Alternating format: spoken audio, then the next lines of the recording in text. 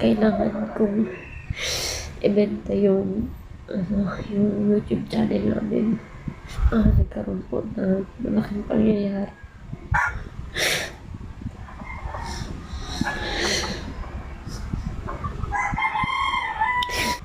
Meron pa yung 76,000 na galing sa inutangan. Nagkautang-utang po ako. Hello mga sangkay! Mega love shoutout sa inyong lahat. Kay Kuya Val, kay Kalinga Prab, at Edna, at sa inyong lahat no, na patuloy na sumusuporta kay Sangkay, at sa aking mga kasamahan sa Kalinga Watchers, no, sa aking sponsors, kay Tita Mina Jaramillo, ang tita kong Viots, no, sa aking mga kaibigan, kay Manay Tere ng San Diego, California, kay Mother Nenny Vivas ng Washington, D.C. Mega love shoutout sa inyong lahat. Ngayon for today's video mga sangkay, gagawa tayo ng reaction video sa aking napanood, no. Ito'y patungkol sa isang beneficiary ng Kalingap, no, na sa ngayon ay humaharap ng matinding pagsubok, no. Ito'y si Shena, si Ate Shena, kapatid ni Bombay. Di umano'y siya ay na-scam at siya ay nagkanda utang-utang, no. So, panoorin natin itong kanyang video na ito, upload niya ito, then after natin na mapanood, magbibigay ako ng opinion or kuro-kuro patungkol dito. Tara mga sangkay, mga kalinga, panoorin natin. Okay po, mag-explain po ako kung bakit ito yung mission ko. Tsaka kung para saan itong video po na to.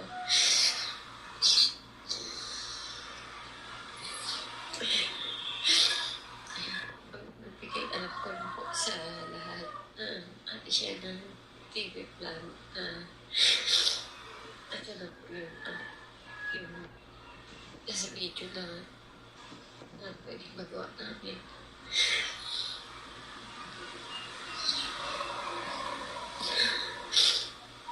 Kasi po, kailangan kong isarang din yung account namin. Kasi nagkaroon po ng napakalaking problema.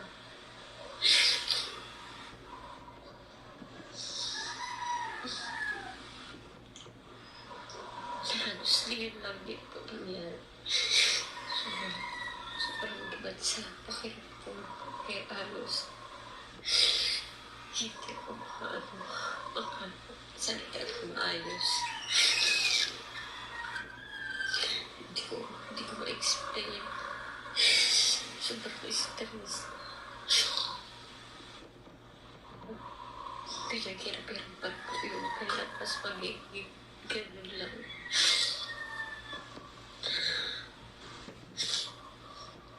Sa mga nanonood po, pasensya na po.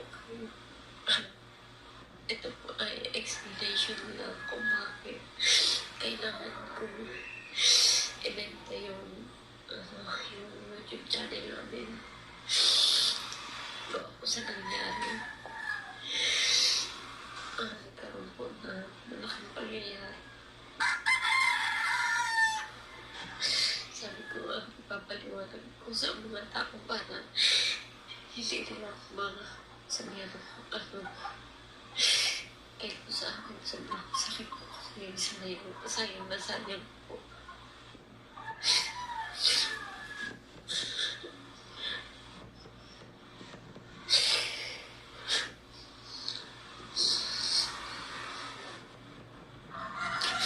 Kahit po ako nang hihita, hindi ko alam kung magkakaroon ako nito.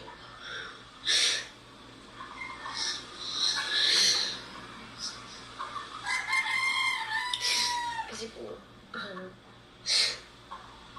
na-scam po ako online.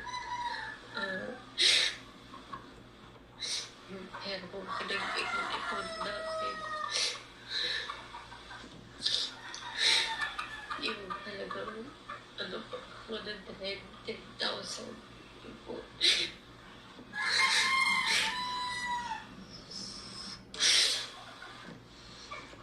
I-deposito ko sana siya through online. Kaso, hindi ko pala hindi ko palit yung account na yun. Tapos, meron pa yung 76,000 na galing sa inutangan. Nagkautang-utang po ako. Dahil doon, wala na din po. Kaya ngayon, ibibigto ko yung YouTube channel namin para ipambayad po doon sa inutangan namin. Yung isa po 32, yung isa 10, yung isa 20. Yung mga nautang. Kasi po nakuha niya lahat ng pera dun sa fine. Kasi po nilink ko po yung dun, yung bank account. Tapos magsisend na po ng pera. Biglang na 12 digit lang po bagang bank account. Bigla po nagiging 13.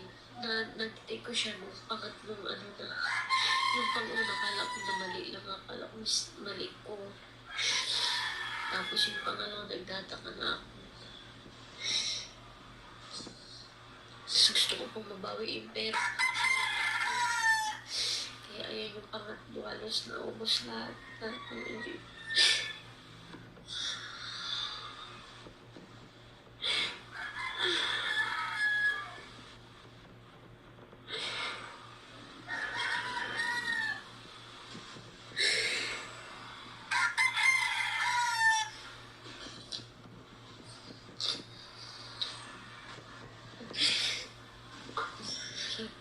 Hirapan. Inipin. Uusap po sa mga. Nagkaroon po kami. Pero sa utang namin na sa 70,000.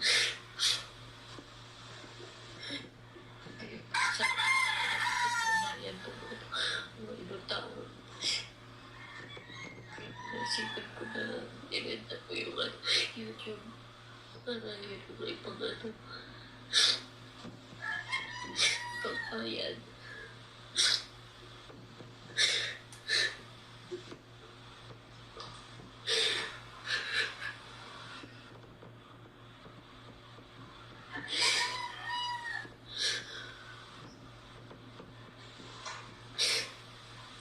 Sigurado ako pag laban ng iba ang sisi sa akin kasi masabi makatakbo yung tiwala.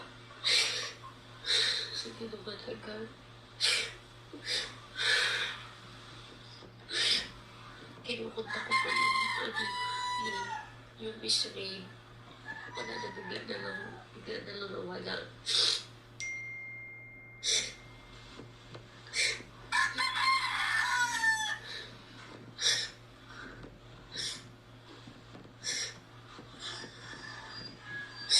Kaya ngayon po, sobrang stress, depressed pa. Tapos nangyari po. Alas na isa po kami ng 176,000. Lahat po yun.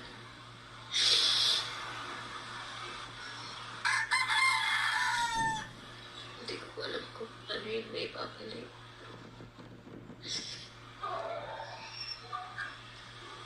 Yung 70,000 po dun sa utang pa. Mga namin bayaran.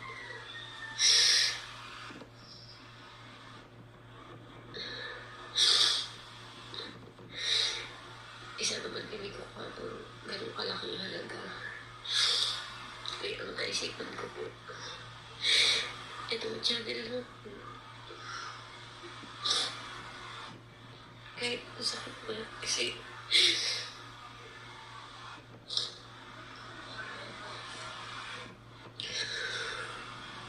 lipunta ko din po sa amin. Inunenda po namin para pambayad dun sa mga utang. Ito ko po kung channel, itong YouTube channel namin para makalikom ng 70,000 para mabayaran po lahat ng utang namin.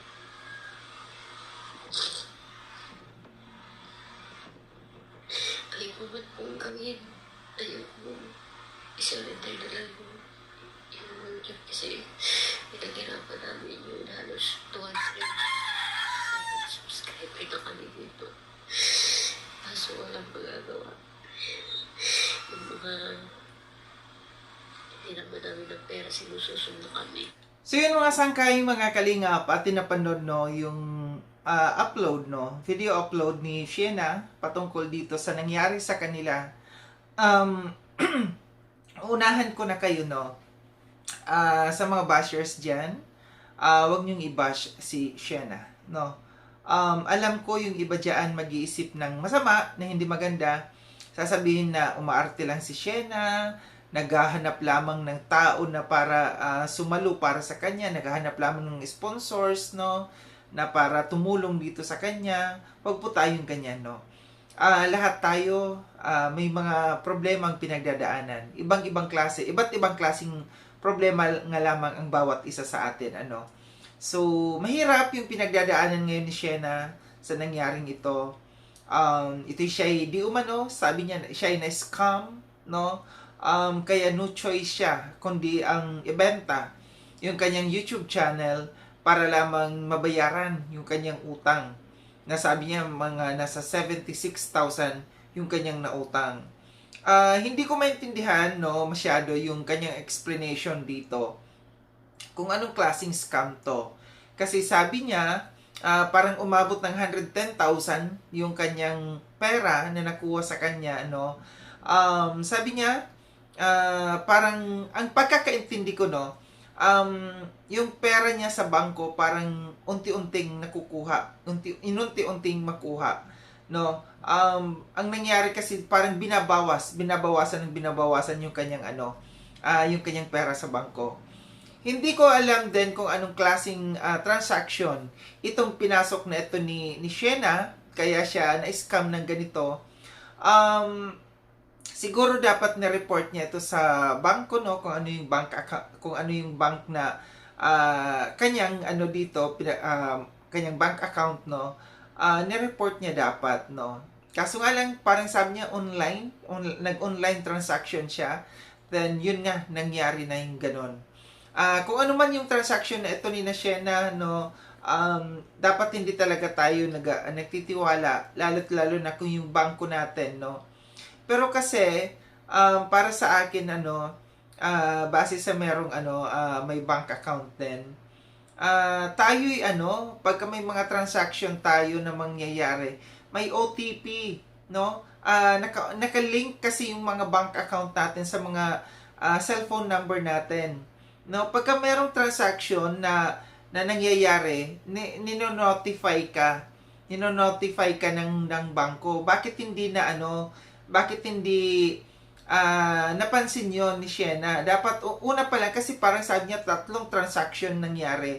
Dapat una pa lang ni-report niya na kaagad sa bangko na wala siyang ganung klaseng transaction. Pero bakit umabot na hanggang 3 transaction, di ba? So, kung ano man ito, sana ma-solve itong problemang ito ni Shiena no. Sabi niya mahirap no. Mahirap para sa kanya na ibenta yung kanyang YouTube channel kasi pinaghirapan nila yan. So, kaso nga lang wala silang choice kundi ibenta talaga. Pero ang tanong, magkano ang benta? At ang tanong, may bibili ba? No? Para mabayaran niya yung kanyang mga napag-utangan di umano na pera. No? Sa nangyari dito, no, napansin ko lang dito sa pamilya na ito ni Shiena na parang hindi na nilubayan ng problema. Sunod-sunod yung problema nila no. Nung umpisa nakaahon nga sila no, nung mga panahon na sina Kalinga Prab pa, sina Kuya Val nagpupunta doon. Natulungan sila nung wala pa silang mga asa-asawa no. Ito sina Shiena, yung kanyang ibang mga kapatid. Maganda yung takbo ng buhay nila noon nung sila yung magkakasama pa. Mga wala pang mga asa-asawa, okay silang magkakapatid noon. Ang YouTube channel nila, malaki ang kinikita noon. May mga sponsors pa. So, nabubuhay dapat sila noon. Kaso nga lang, nung nagkaroon na sila ng mga partners, no, yung ilan sa kanilang magkakapatid, medyo naging masalimuot. Lalo na nung dumating na yung kanilang tatay sa kanila. So naging mabigat para sa kanila itong mga pangyayaring ito nung nagkaroon sila ng partner, mga anak, andyan yung kanilang tatay. So naging mabigat sa buhay nila ito. Umabot sa ganito, humantong sa ganito, no? Nakakalungkot kasi gaya ng sabi ko, itong magkakapatid na ito hindi na nilubayan, no, ng problema. Puro problema yung nandoon sa kanila. So, sana sa akin merong bumili ng kanilang YouTube channel at maging sapat yung pera na na mapagbebentahan nila dito sa kanyang napag-utangan, no. And kung sa kanya naman para sa kanya masakit sa kanya na mawala yung YouTube channel niya, wala namang problema, madali naman gumawa ng panibagong account. Nga lang ang mangyayari diyan, panibago. Mag-uumpisa ulit siya from scratch, no, sa umpisa talaga, back to zero ulit siya.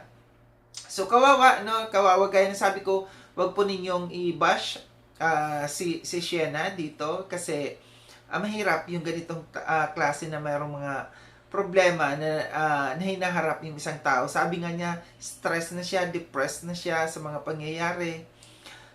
Dapat lumaban lang, no? Siya na, laban lang kasi gaya ng sabi ko, lahat tayo may kanya-kanyang problema. Ibang klaseng problema lamang ang bawat isa sa atin. Muli, maraming salamat mga sangkay sa panonood. Sa mga hindi pa nakapag-subscribe kay Sangkay Loans, subscribe nyo na po ako. Click yung notification bell para updated kayo sa lahat ng mga videos na aking gagawin. Like and share itong video na ito mga sangkay. Kita-kits tayo ulit sa susunod na video na aking gagawin. Ingat kayo saan ako ng mundo man kinaroroon. Paalam ng mga sangkay, mga kalinga, paalam.